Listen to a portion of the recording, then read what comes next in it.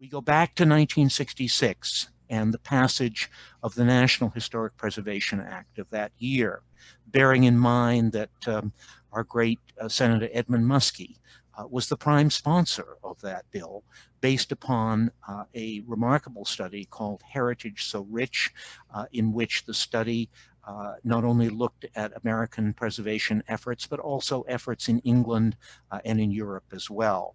And so that bill passed. And Earl, sorry to interrupt, but one quick question. So Senator Muskie's interest, of course, with Heritage So Rich was a national study. Yes. Any insight as to how he happened to be the guy Yes, that yes, was the prime sponsor? yes. Well, as you may recall, Senator Muskie, when he first came to the Senate, he was put on the Public Works Committee by then Majority Leader Lyndon Johnson, who was soon to become vice president and then president. And Johnson thought, this young upstart senator from Maine, this will be a kind of a dead end for him, and instead, he and his colleagues on that committee, taking the cue of what was happening in America in the early to mid 60s, became the creators of the clean water legislation, the clean air legislation, other environmental moves, and of course, at the same time, the creation of the National Endowment for the Arts, the National Endowment for the Humanities. In the mid 1960s, part of the Lyndon Johnson Great Society was to look at the actual infrastructure, cultural, and environmental needs of America.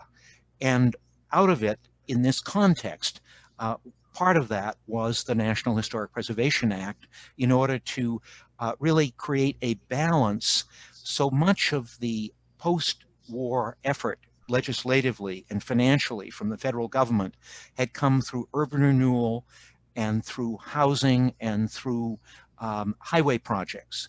And while many of these things were very important to do in America, where we had deferred them during the Depression and the war, nonetheless, they also had a counterpart to them, which was that many people felt that their communities were being so altered that they were losing their heritage, their culture, their identity.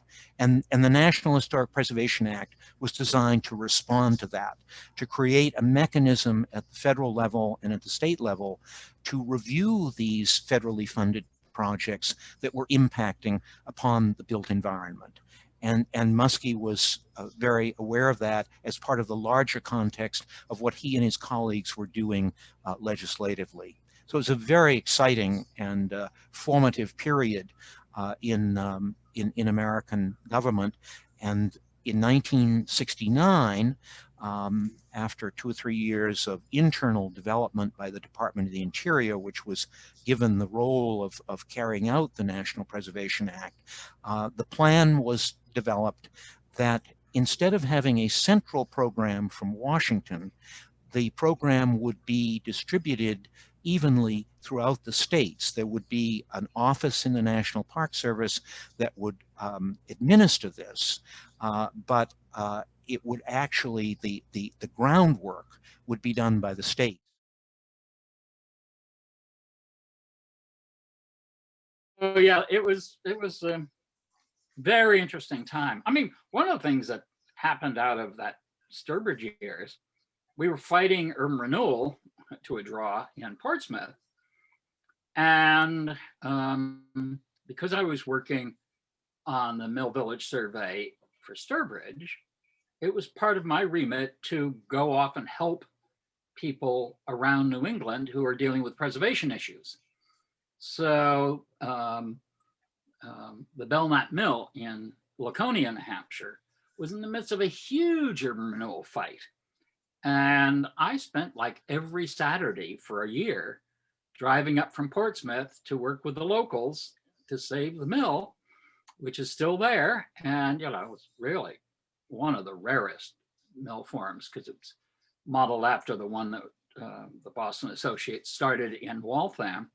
And it's a twin. It's just a sweetheart.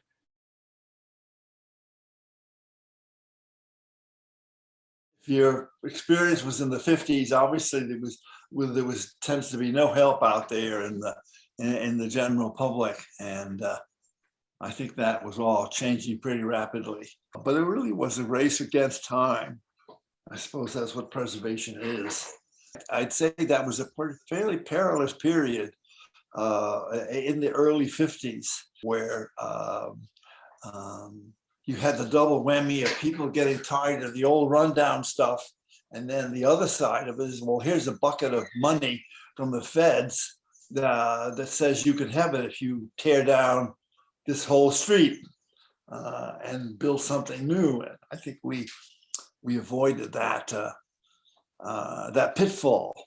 And I think a lot of communities, not in Maine necessarily, but other parts of America, did not get by unscathed.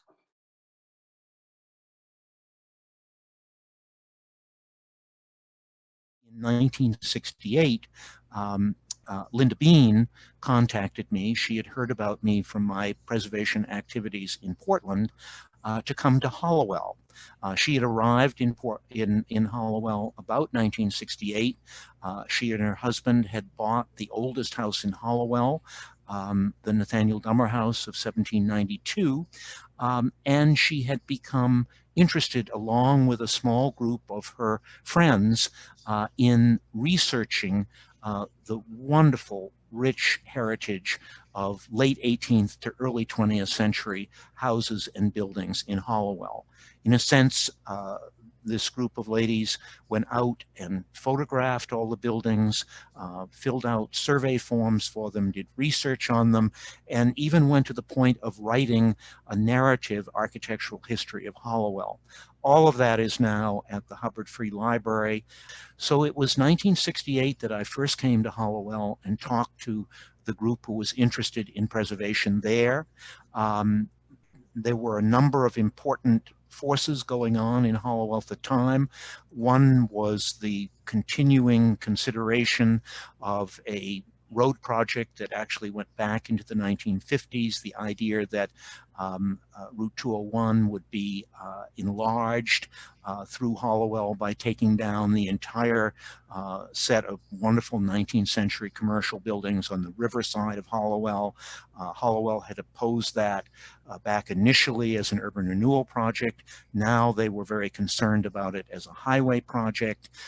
And I was one of those who was able to inform the people in Hallowell of the approaches that you took in order to preserve either your community as a whole through survey, through local ordinance, but also the new tools that were becoming available to preservationists in Maine.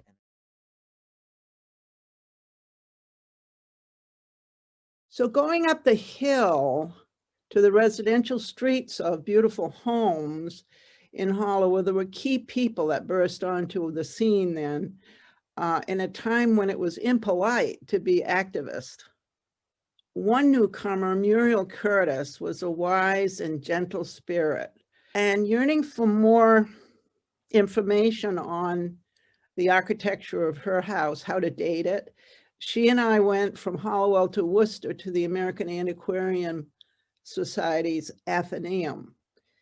And we inspected with great wonder and delight several old country builders' guides written and drawn by Asher Benjamin, whom we had heard about through distinguished lecturers who came into Greater Portland Landmarks to inform members there.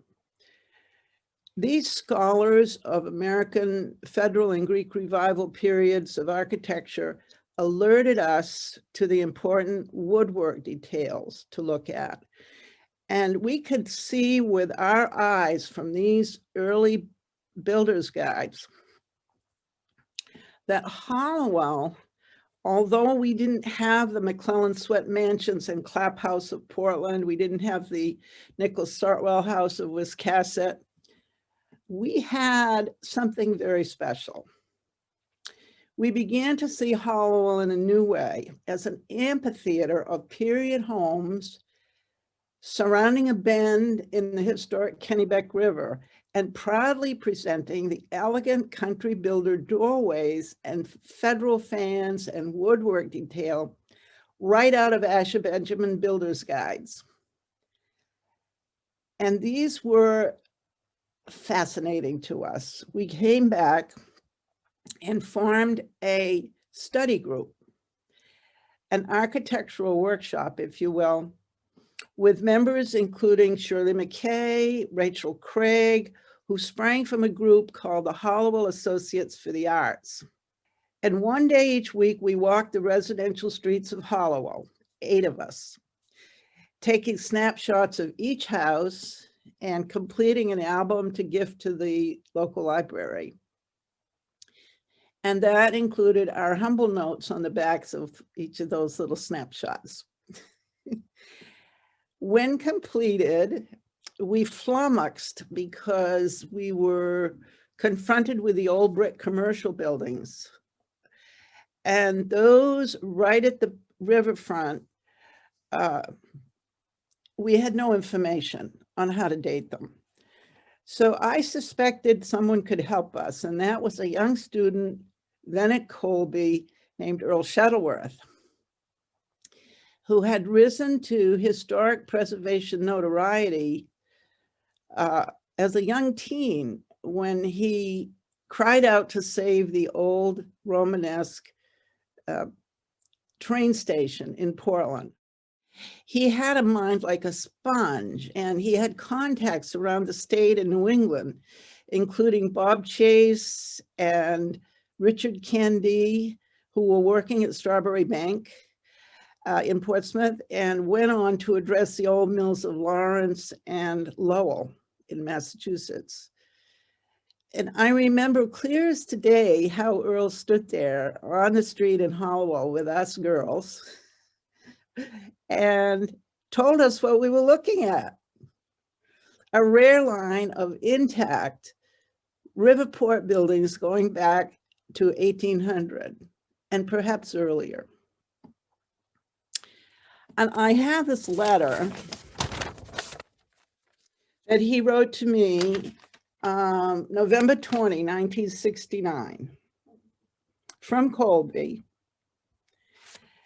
And he states in it, the possible loss of the riverside of Water Street has grave implications. They have formed an integral part of Hollowell.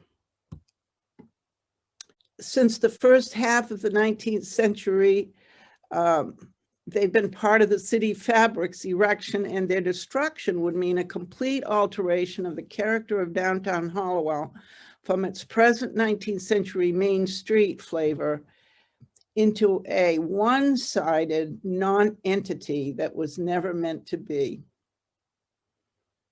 I would research the histories of all the threatened structures and, using this information, submit forms to the state for nominating the area to the National Register of Historic Places.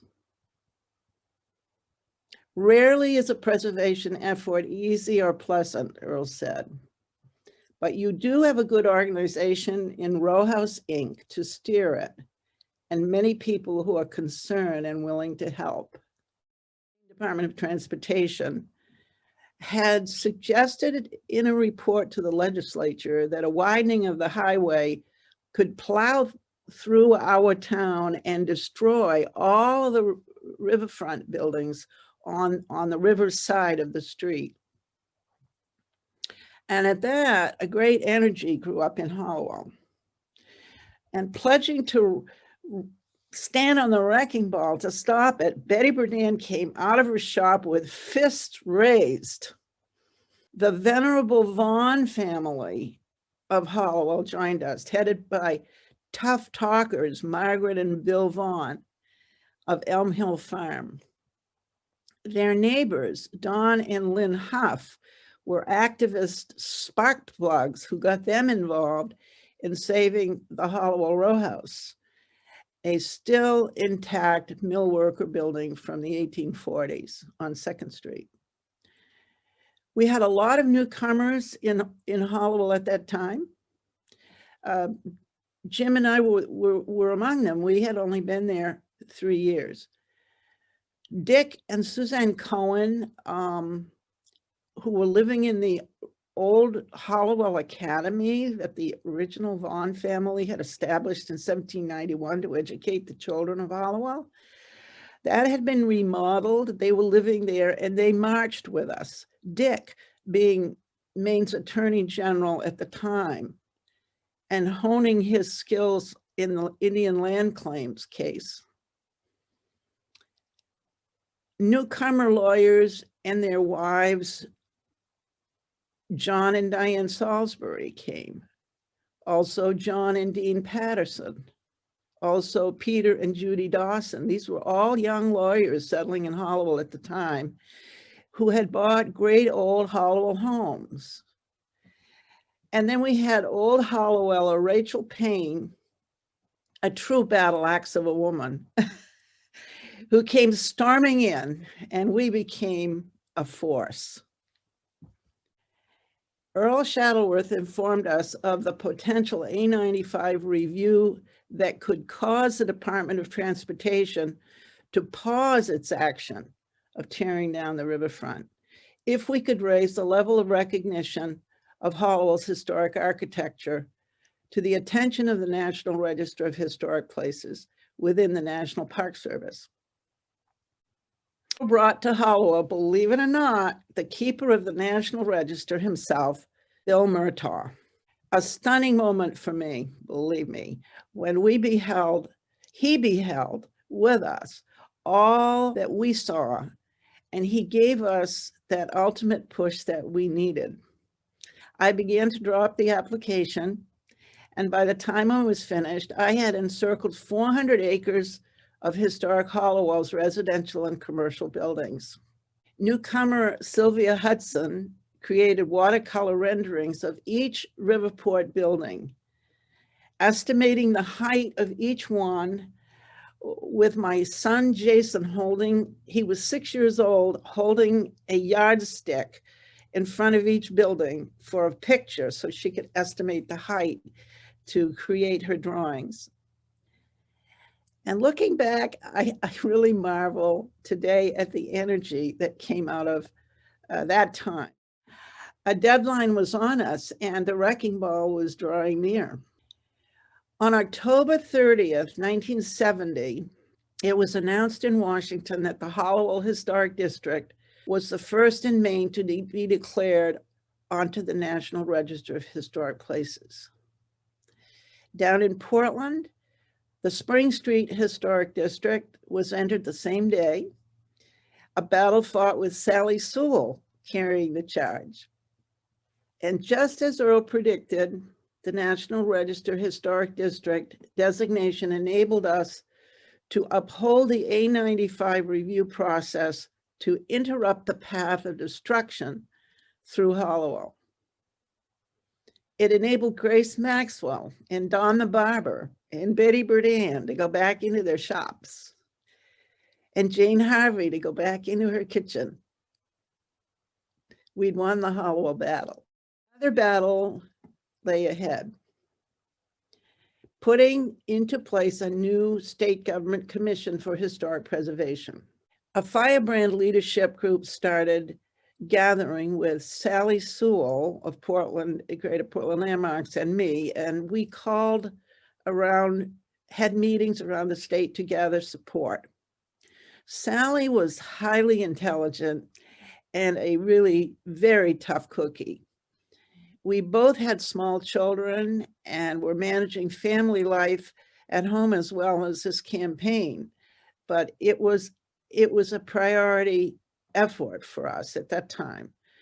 We were able to assemble leaders as we held these meetings that included Charlie Burden, Child of Bath, youngster lobster trapper, who got his MD as a pediatrician and became an unstoppable collector and donor of Maine objects and ephemera to the Maine State Museum, ultimately, and was the founder of the Maine Maritime Museum. He was in our group.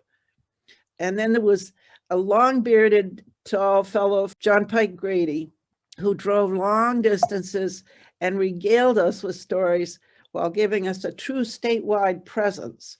From North Haven, that powerhouse, Polly Roberts, short of stature and whipped through all the malarkey, you know, she kept us really straight. Marguerite Rafter from Wiscasset, a steady hand to keep us calm. Meanwhile, Jane Tucker in Wiscasset was saving her ancestral home, Castle Tucker. John and Peggy Chapman of Woolwich, with their professional, smooth savvy, were in our group. Brooke Stoddard, professor, lived at Bunganuck in Freeport, right on the Brunswick line. We had a sage country lawyer, Ben Butler, from Farmington, and his wife. They had restored a schoolhouse and written about it. And Bob Chase and Richard Candy, the researchers and preservationists, came from York. These folks brought great numbers of support. It caused us to name this group, and we named it Maine Citizens for Historic Preservation. Others came to support Maine Citizens: Sally Rand from Freeport, Christopher Glass from Camden. I'm remembering Joe and Mel Rogers from Bath. She eventually went on to serve on the advisory board of the National Trust for Historic Preservation. Mary Lou Sprague of Prouts Neck. And the old guard didn't like us. The old guard was still kind of active in a group called the Maine League of Historical Societies and Museums. And we were the upstarts. But we had to get the job done. And with some drafting help by our pro bono attorney, Gordon Grimes of Durham, and Sally Sewell's husband, Loyal Sewell, who was a lobbyist in Augusta with the legislature, this team did get the job done.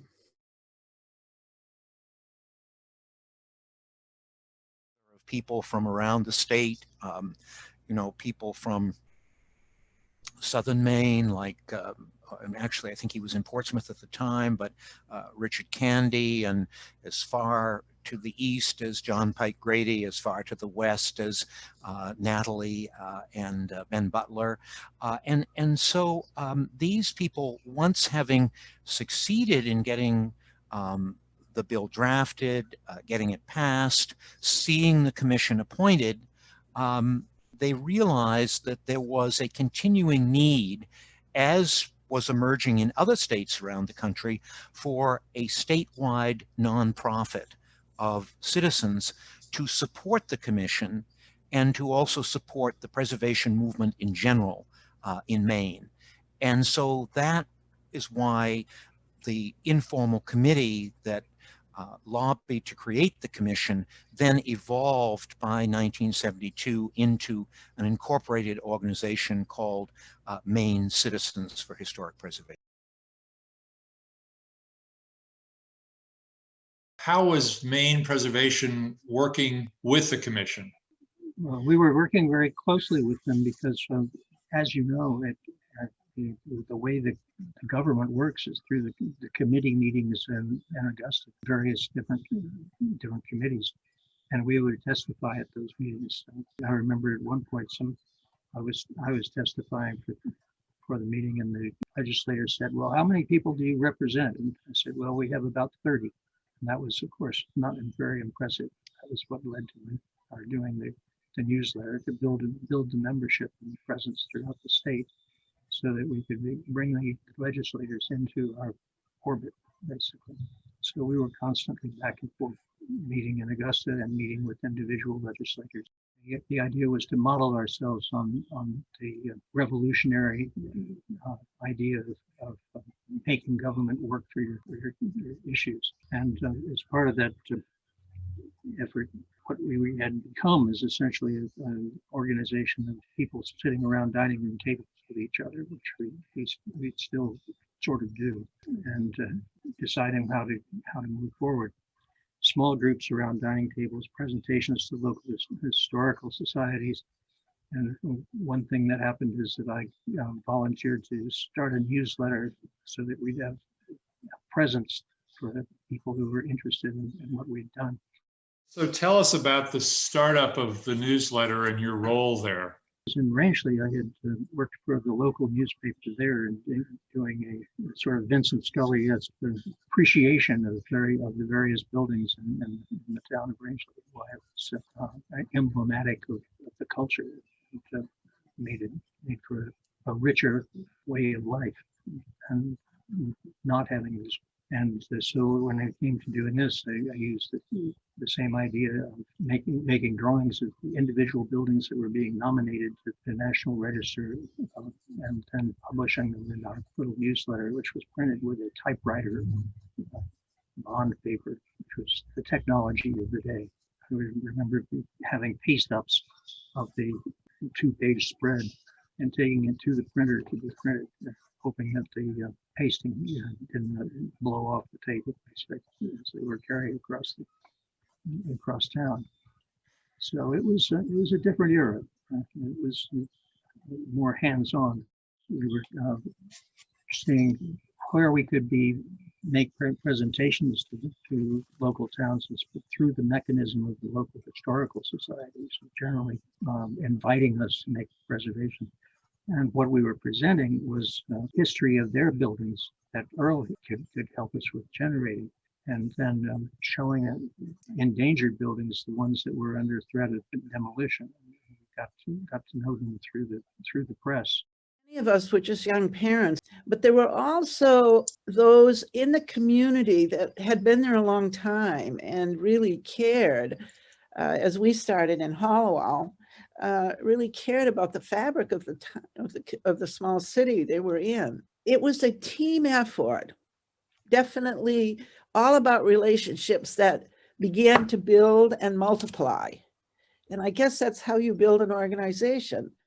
Where then does the larger picture begin to emerge? It begins to emerge around 1970 when individuals such as Linda Bean in Hollowell and Sally Sewell in Portland, affiliated with Row House and with Landmarks, had been very involved in developing these National Register historic districts, and they saw that there was such potential in the National Register program for the state of Maine, but that it, in a sense, was being held back by the fact that it was just assigned part-time within a large agency at the state level.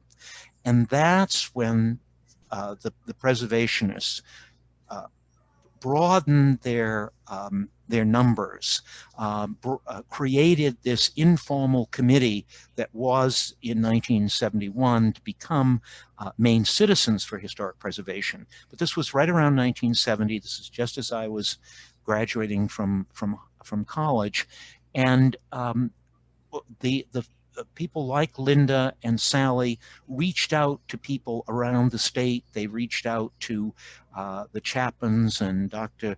Charles Burden in Bath. They reached out to Polly Roberts in Richmond, the Butlers in Farmington, John Pike Grady in Eastport, all people who had been very active in their respective communities in history projects of one kind or another.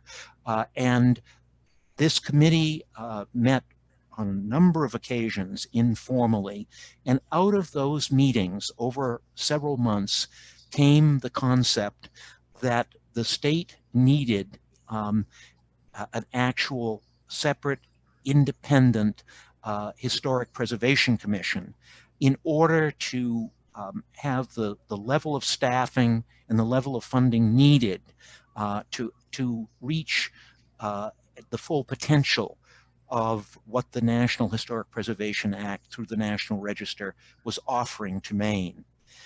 And so in the spring of 1971, a piece of legislation was drafted to create a Maine Historic Preservation Commission.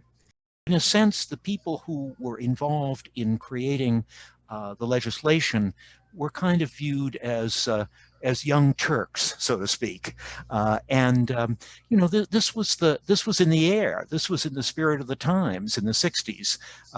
This sort of a little bit of spirit of rebellion and creativity, and so indeed we pushed forward with the legislation. It as I say, it got a favorable hearing from the committee. Would have been state and local government committee, and then it went to the table. And the challenge was finding the $30,000 necessary to match with federal money to be able to launch the commission. Early efforts prior to the National Historic Preservation Act were all focused on individual buildings, and rarely was the architecture of those buildings stressed. It was more the historic associations of those buildings. One of the great exceptions to that, of course, was the narrow rescuing in the early 1940s of the Victoria Mansion, which was an architectural landmark rescue. And, you know, that was nearly lost, but saved and opened to the public in 1943, and was one of the most important buildings of the Victorian period in America now, recognized as such. But your point is well taken, Greg, in that everything from those early efforts after the Civil War up until the 1960s were largely focused on individual buildings, whether they were important historically or whether they were important architecturally. And it's really the forces of change in the 1960s, in large part due to the federal programs, the highway programs, the urban renewal programs, the housing programs, and so on, that this counterweight of the National Historic Preservation Act was created, and a whole new broad concept of not just preserving individual buildings or individual landmarks, but preserving whole built environments from the 18th, 19th, and early 20th century. That is what really revolutionized the concept of historic preservation in America.